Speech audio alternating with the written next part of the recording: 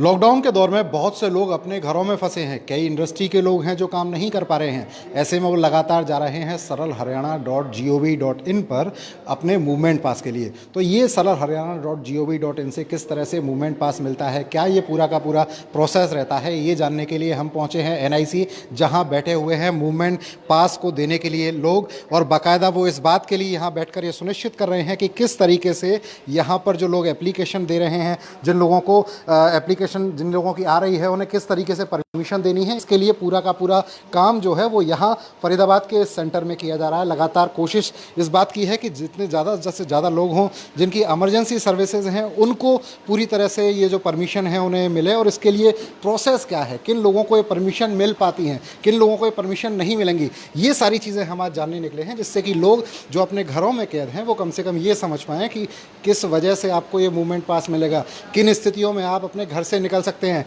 किन स्थितियों में प्रशासन आपको ये परमिशन देगा। हमारे साथ एक अधिकारी मौजूद हैं यहाँ पर, इनसे जानने की कोशिश करते हैं कि किस तरीके से ये पूरा का पूरा जो मूवमेंट पास का जो प्रोसेस है, आप किस तरीके से कहाँ अप्लाई करना होता है, किस तरह से, थोड़ा सा बताएं।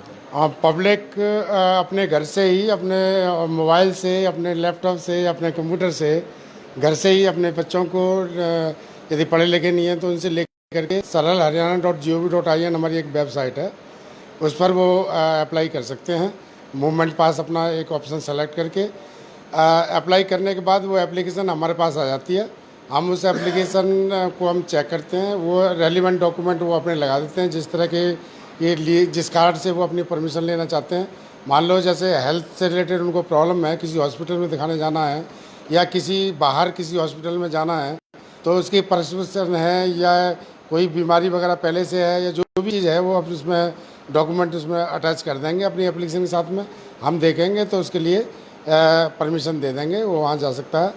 इसी तरीके से एग्रीकल्चर से इम्प्लीमेंट्स परचेज करके लाने हैं, कहीं बाहर से लाने हैं, फसल काटने कहीं बाहर जानी है, या इसके अलावा कोई एसेंशियल कमोडिटीज़ कहीं से लेके आनी है, एसेंशियल कमोडिटी कहीं से लेके आनी है, या फसल काटने के लिए जाना है, या इनके पास बताते जैसे एक बार खोलना, एक बार एसेंशियल कमोडिटी वगैरह लानी है, या अच्छा, मैं आपसे अगर समझना चाहूँ तो इस पोर्टल को एक बार खोल के आप मुझे बता पाएंगे, जो लोग चैनल को देख रहे हैं वो लोग ये जान पाएँ कि आखिर किस तरीके से इस उसको भरना है, एप्लीकेशन को क्या क्या डॉक्यूमेंट लगाने हैं। आप अगर ये दिखा पाएँ मुझे कि किस तरह से करना है, किस तरह से इसको खोलना है, शुरू से एक बार मुझे खोल के एक बार दिखाएँ। saralharyana किस तरह खोलेगा, लॉग आउट कर देते जी, इसे लॉग आउट करके आप एक बार मुझे बताएं कि ये प्रोसेस अब बताइए आप कैसे होता है। हाँ, सबसे पहले वेबसाइट पर जाएंगे saralharyana.gov.in, URL के लिए प्रेस करेंगे। जब URL प्रेस करते ही हमारी इस तरह की एक स्क्रीन आएगी और स्क्रीन में एक मूवमेंट पास का ऑप्शन है।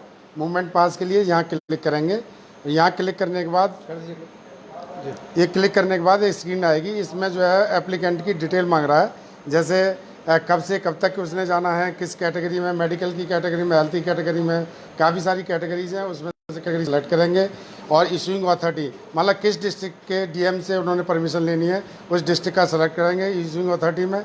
और मूवमेंट फ्रॉम कहाँ से करना है, मूवमेंट टू कहाँ पर जाना है, बाकी एज कितनी है, किस आइडेंटिटी कार्ड लगाना है क्या, ये सारी डिटेल इसके एप्लीकेशन में फिलअप कर देंगे और इसको सबमिट कर देंगे। सबमिट करने के बाद इसकी एक्नॉलेजमेंट उनके मोबाइल फ़ोन पर जाएगी। उसमें एक नंबर आएगा, 6 डिजिट का नंबर होगा, बाकी कुछ कैप्शंस होंगे, सफिक्स होंगे पहले, और इस नंबर को वो याद रखेंगे। और जब भी जो यहाँ से अप्रूवल हो जाएगा तो उनके पास सर्टिफिकेट उनके मोबाइल पर ही पहुँच जाएगा, उनकी ईमेल में पहुँच जाएगा। वहाँ से वो डाउनलोड कर सकते हैं, प्रिंट करके अपने जहाँ भी जाना है वहाँ ले जा सकते हैं। और एक्नॉलेजमेंट वो दिख लेंगे, कभी इनकेस नहीं आया तो एक्नॉलेजमेंट हमने हमारे यहाँ फ़ोन कर सकते हैं, पता कर सकते हैं क्या स्टेटस है किसी कार्ड से।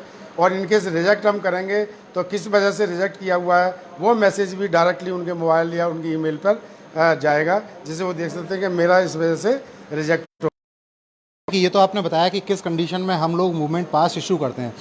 कितने मूवमेंट पास फरीदाबाद की अगर हम बात करें तो लगभग कितनी एप्लीकेशन अब तक आ चुकी हैं, कितने लोगों को हम ये मूवमेंट पास इशू कर चुके हैं? अब तक हमारे पास 29,800 एप्लीकेशन आ चुकी हैं। 29,000 29,800 एप्लीकेशन आ चुकी हैं, जिनमें से जिनमें से हमने 9200 एप्लीकेशन अब तक अप्रूव कर दिए, इशू कर दिए हैं, पास जा चुके हैं। कोई बाकी की मोस्टली हमारी जो रिजेक्ट हो गई हैं, क्योंकि अननेसेसरी होती हैं, जो जिनका कोई यूज़ नहीं होता, जो हमारी कैटेगरीज में नहीं आते और अप्लाई कर देते हैं, हम उनको रिजेक्ट कर देते हैं।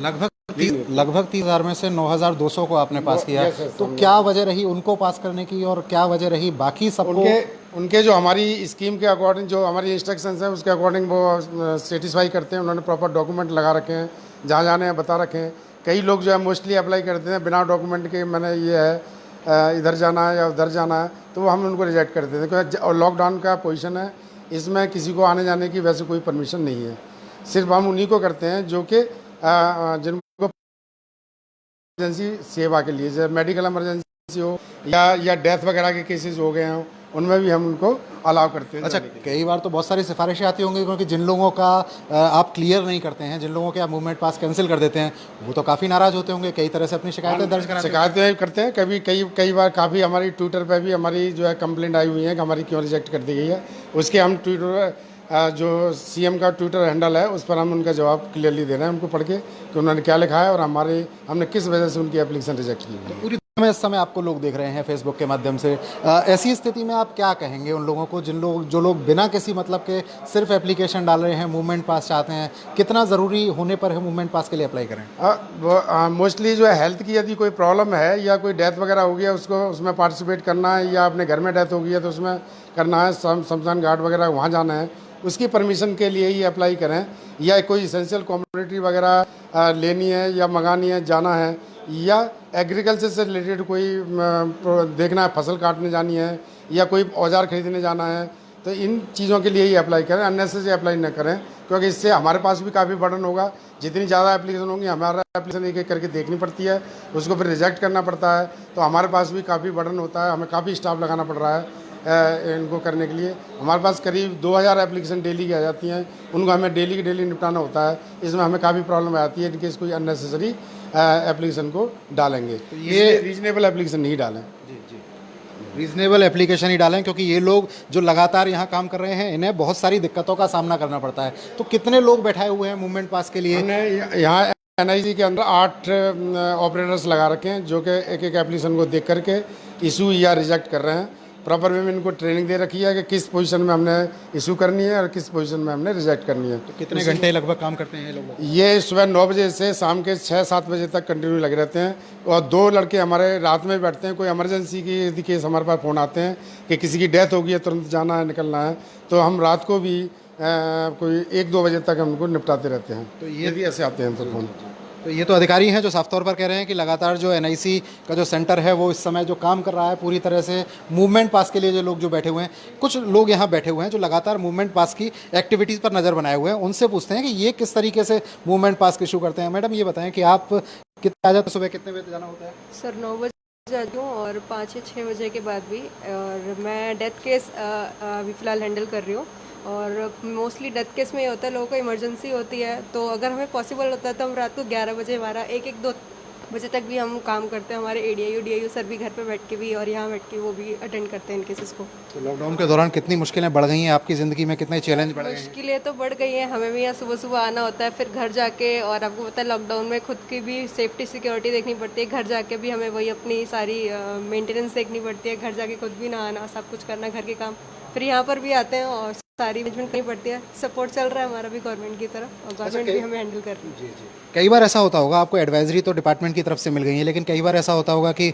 आप कुछ एप्लीकेशंस को देखती होंगी, आपका भी दिल करता होगा कि नहीं यार इसको मूवमेंट पास दे देना चाहिए, तो और एडवाइजरी नहीं वो अलाउड करती है, तो ऐसी स्थिति में आप क्या करते हैं? सर ऐसे कुछ केस तो नहीं आए हैं, बट कुछ केसेस ऐसे आते हैं कि लोगों के पास क्या कहते हैं, डेथ केस जैसे मैं कर रही हूँ, मैं उनके बारे में बताना चाहूँगी। लोग उसमें डेड बॉडीज़ की फ़ोटो भी डालते हैं, और कई केस ऐसे आते हैं कि मन करता है करने का, बल एडवाइजरी ऐसी है कि इस टाइम पे ये एक बहुत ही क्रिशियल टाइप की डिसीज़ है, तो हम चाहते भी नहीं कर पाते। लोग 6-6 लोग 7-7 लोग एक साथ जाना चाहते हैं, बट हम नहीं कर पाते, क्योंकि डेथ केस में भी गवर्नमेंट ने कहा है कि 5 से ज़्यादा लोग या 4 से ज़्यादा लोग आप अवॉइड नहीं कर सकते उनका अलाउ। उस कंडीशन में क्या रहता है, एक गाड़ी में कितने लोग जा सकते हैं, कितनों को परमिशन? फिलहाल डेथ केस में 4 लोग की हैं, बट फिर भी हम 3 से ज़्यादा अप्रूव नहीं कर रहे हैं, क्योंकि डेथ केस है, मानते हैं, लेकिन इस चीज़ को भी देखना चाहिए कि अगर हम उनको अलाउ कर देंगे आगे जाने के बाद, उनके लिए भी वो चीज़ खतरा हो सकती है, तो 2 या 3 से ज़्यादा हम लोग अलाउ नहीं कर रहे। तो आप पर्टिकुलर डेथ केसेस को देख रहे हैं? सर मेनली डेथ केस, और उसके अलावा अगर डेथ केस मेरे मेरे ख़त्म हो जाते हैं, मतलब उसकी एप्लीकेशंस, तो मैं कुछ और भी जो केसेस हैं वो भी डील कर लूँ। आप ये कहने की कोशिश कर रहे हैं कि लगातार जो अलग अलग फील्ड हैं, कुछ डेथ केस हैं, कुछ और बाकी जो मूवमेंट पास हैं, उनके लिए अलग अलग प्लानिंग की गई है। अच्छा, आप ये बताएं कि आप पर्टिकुलर क्या देख रहे हैं इसमें? Sir medical emergency, medical emergency, उसमें क्या देखते हैं आप? उसमें सर प्रिस्क्रिप्शन देखते हैं, पेशेंट को कहाँ से मूव करना है, उन्हें परमिशन देनी नहीं देनी, सीरियस केस देखते हैं और उसके बेसिस पे उन्हें परमिशन अलाउ करते हैं।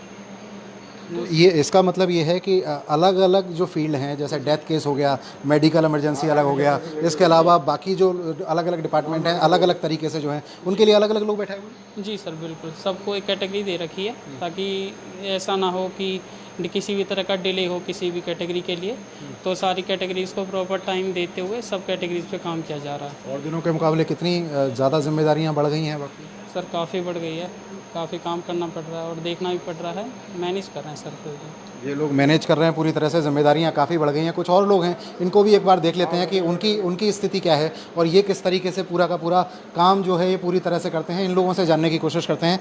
ये अच्छा, आप ये बताएं कि नाम क्या है आपका? मेरा नाम सुनील कुमार है जी। आप क्या देख रहे हैं? मैं मेडिकल इमरजेंसी देखता हूँ, मेडिकल इमरजेंसी क्या देखते हैं उसमें, किस तरह से वो परमिशन देते हैं? क्योंकि उसमें ज़्यादातर एप्लीकेशन मेडिकल इमरजेंसी है। क्योंकि हमारे पास शिकायतें आती है कि हमारे कहीं पे पिताजी बीमार हैं, मदर बीमार हैं, इस प्रकार की एप्लीकेशन आ रही हैं, हम वो देख रहे हैं। उसमें जो एप्लीकेंट होता है उनके डेथ सारे केसेस उस बिहाफ पे जिसका हमें।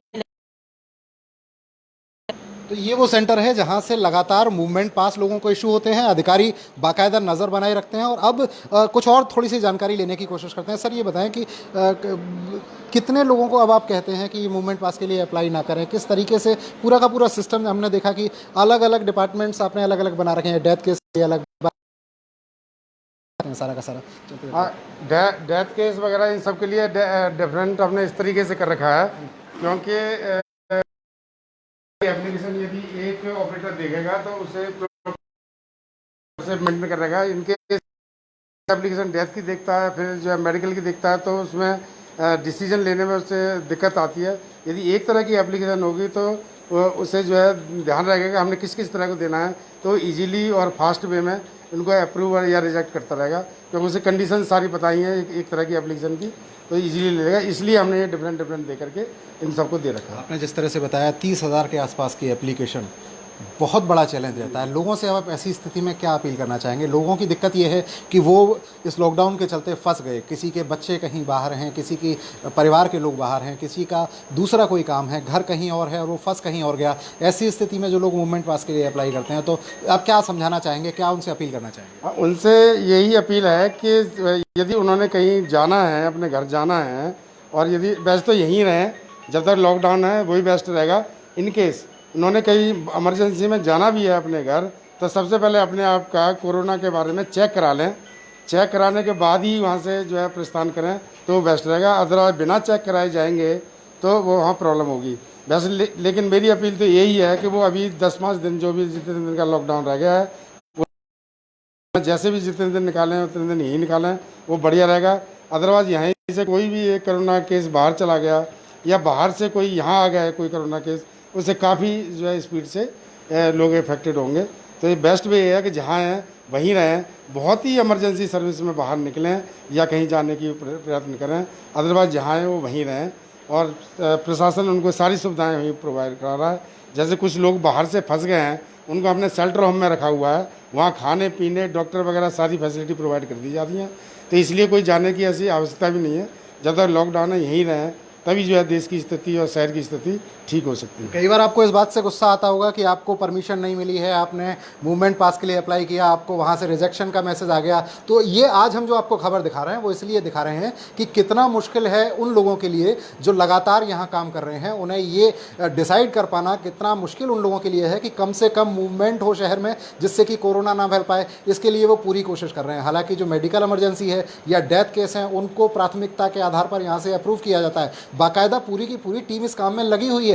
अच्छा, इसके साथ साथ हम आपको दिखाएं कि आजकल फरीदाबाद प्रशासन जो है ये सोशल मीडिया पर बहुत एक्टिव है। और इस सोशल मीडिया की अगर हम बात करें तो सोशल मीडिया का काम जो है डीसी साहब, जो फरीदाबाद के डीसी हैं यशपाल यादव, ये लगातार कोशिश कर रहे हैं। अकाउंट अलग से चल रहा है चल रहा है चूंकि इस समय जो सबसे बड़ा दौर है महामारी का जो दौर है, तो मूवमेंट पास की दिक्कत आती है और लगातार हम देखते हैं कि लोग ट्वीट करते हैं, सीधा सीएमओ तक ट्वीट जाता है, सीधा पीएमओ को ट्वीट जाता है और इसके लिए बाकायदा जो डीसी हैं यशपाल यादव, उन्होंने एक अपनी टीम बैठाई हुई है। उनसे जानने की कोशिश करते हैं कि वो जो ये पेज है डीसी साहब का जो पेज है, डिस्ट्रिक्ट एडमिनिस्ट्रेशन का जो पेज है, इसको ये कैसे मैनेज करते हैं। हमारे साथ राहुल दीक्षित मौजूद हैं जो कि बाकायदा इस पेज को मेंटेन करते हैं। राहुल, आप क्या क्या देखते हैं फरीदाबाद एडमिनिस्ट्रेशन का? जी, फरीदाबाद एडमिनिस्ट्रेशन का मैं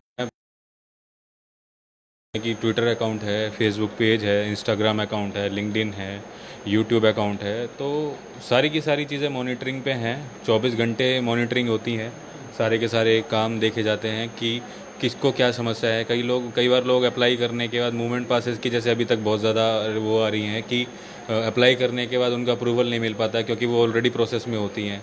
तो वो हमारी टीम, जैसा कि भी आपने बताया सभी को कि किस तरीके से 8 से 10 लोग हमारे काम कर रहे हैं, तो काफ़ी सारा काउंट है एप्लीकेशन का, तो प्रोसेस होने में थोड़ा सा टाइम लग जाता है। तो उसको लेके लोग उसको ट्वीट पे सीएमओ को, पीएमओ को टैग कर देते हैं, तो फिर प्रायोरिटी पे टेक केयर करता हूँ कि इस तरीके से और उनको साथ के साथ उनको रिवर्ट भी दिया जाता है तुरंत कि आपकी एप्लीकेशन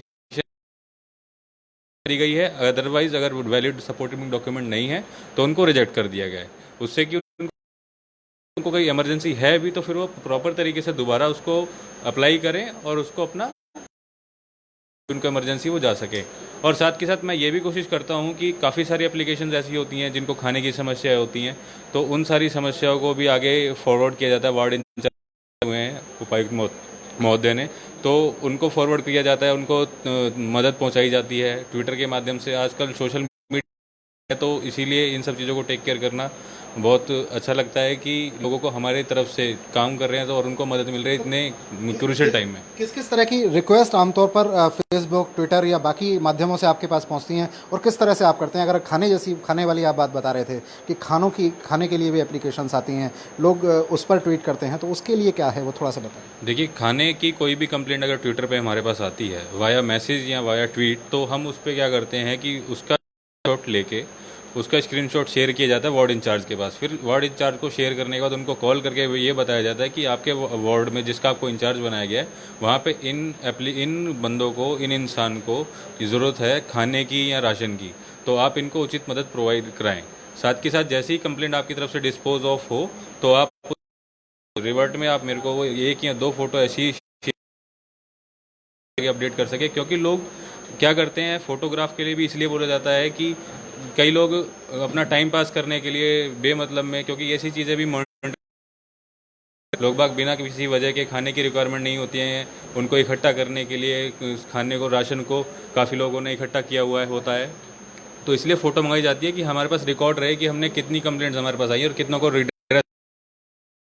इसके अलावा अगर हम बात करें, कोई ऐसी रिक्वेस्ट आई हो जिसको बाद में चेक किया गया हो, फर्जी निकली हो, लोग सिर्फ मैसेज करना है इसलिए मैसेज कर दिया, कुछ ऐसी एप्लीकेशन भी होती है? जी हाँ, अभी इसी दौर में बहुत सारी लोग घर पे बैठे हैं, तो मैं थोड़ा सा ये भी संदेश देना चाहूँगा, सोशल मीडिया का प्लेटफॉर्म बनाया गया है ताकि लोगों को मदद मिल सके और इन अफवाहों से बच सके लोग बाग। लेकिन क्या करते हैं लोग बाग कि अपना, जैसे राशन की मैं बात बताता हूँ, एक कंप्लेंट ऐसी मेरे सामने आई थी कि वो खाने की रिक्वेस्ट अपडेट करते थे, उनको खाना पहुँचाया जाता था, राशन पहुँचाया जाता था, तो वो मेवला महाराजपुर का ये मामला मेरे संज्ञान में आया था। तो उसमें उनके पास जब चेकिंग करी गई तो उनके घर पे करीब एक उनके घर पे स्टॉक में रखा हुआ था। तो अच्छा, ये मैं देख रहा हूँ सामने, ये सत्येंद्र सिंह की एक एप्लीकेशन है, ये क्या एप्लीकेशन है, थोड़ा सा इसके बारे में बताएं। और कोई ऐसी एप्लीकेशन जो आप दिखाना चाहें जैसे कि ट्वीट की गई जो सीएमओ तक की गई और उसको आपने किस तरह से? जी, सत्येंद्र सिंह जी की जैसा भी आप देखना चाह रहे हैं, तो इन्होंने ये डीसी फरीदाबाद को ये टैग करके ट्वीट किया है कि महोदय, निवेदन है कि मेरे को गेहूँ की फसल काटने के लिए ई पास दिया जाए। तो जैसे कि मैंने इनकी ये एप्लीकेशन नंबर इनमें शो हो रखा है, मैंने इसको एप्लीकेशन को चेक किया तो इनमें पाया गया कि इन्होंने जो अपने दस्तावेज लगाए हुए हैं, जैसा कि अभी आपने पता चला कि भी सपोर्टिंग डॉक्यूमेंट बहुत ज़्यादा मैंडेटरी हैं, क्योंकि हमें पता ही उनके आधार पर चलेगा कि कौन से डॉक्यूमेंट वैलिड हैं और उनको क्या पर्पज़ है। सिर्फ लिख देने से, क्योंकि लिखने को तो बहुत सारी एप्लीकेशन, जैसे हमारे डीआईओ साहब ने आपको 29 से 30 हज़ार एप्लीकेशन आ चुकी है, तो सबको प्रोसेस करना पॉसिबल नहीं है, क्योंकि फिर मूवमेंट, लॉकडाउन का कोई मतलब नहीं रह जाता है। तो अभी क्या है कि इसको जैसे चेक करके पाया गया कि इनके सपोर्टिंग डॉक्यूमेंट गलत थे, तो इसको एप्लीकेशन को रिजेक्ट कराया गया। रिजेक्ट करने के बाद डीसी फरीदाबाद की तरफ से इनको रिप्लाई गया है कि आपकी एप्लीकेशन ही रिजेक्ट हो चुकी है। तो कुछ लोगों को आप कॉल बैक करके भी बताते होंगे कि कोई अपनी परेशानी अगर डाल रहा है तो उन्हें फ़ोन करके भी आप बताते होंगे कि भाई इसे किस तरह से क्यों रिजेक्ट किया गया है, क्या कमी रह गई इस एप्लीकेशन। जी हाँ, बिल्कुल रिजेक्ट कई बार होता है कि बहुत नीडी होते हैं तो उनके ट्वीट्स बहुत सारे आते हैं, उनको फिर उनसे नंबर मांगा जाता है कि आप अपना नंबर शेयर करें हमारे साथ ताकि हम आपसे कांटेक्ट कर सकें। तो उनसे कांटेक्ट करके उनको समझाया जाता है कि भाई आपकी एप्लीकेशन रिजेक्ट क्यों हुई। जैसे कि अभी कल का ही मैं आपको एक मामला बताता हूँ। हमारे फरीदाबाद क्षेत्र के तिगांव विधानसभा में एक व्यक्ति रहते हैं, वरुण जी नाम था उनका। तो उनकी मिसेज़ की डिलीवरी होनी थी। अब उन्होंने अप्लाई 2-3 बार इस मूवमेंट पास को किया था, तो वो उनका एप्लीकेशन वो रिजेक्ट हो रही थी। तो वो काफ़ी फ्रस्ट्रेटेड थे। उन्होंने ट्वीट पे काफ़ी मतलब इस तरीके से कंप्लेंट करे कि ट्वीट करा कि वो इस तरीके से सरकार काम नहीं कर रही है, सिर्फ सोशल मीडिया के लिए दिखावा कर रहे हैं। तो फिर उनसे कांटेक्ट नंबर मांगा गया, उनसे बात करी गई।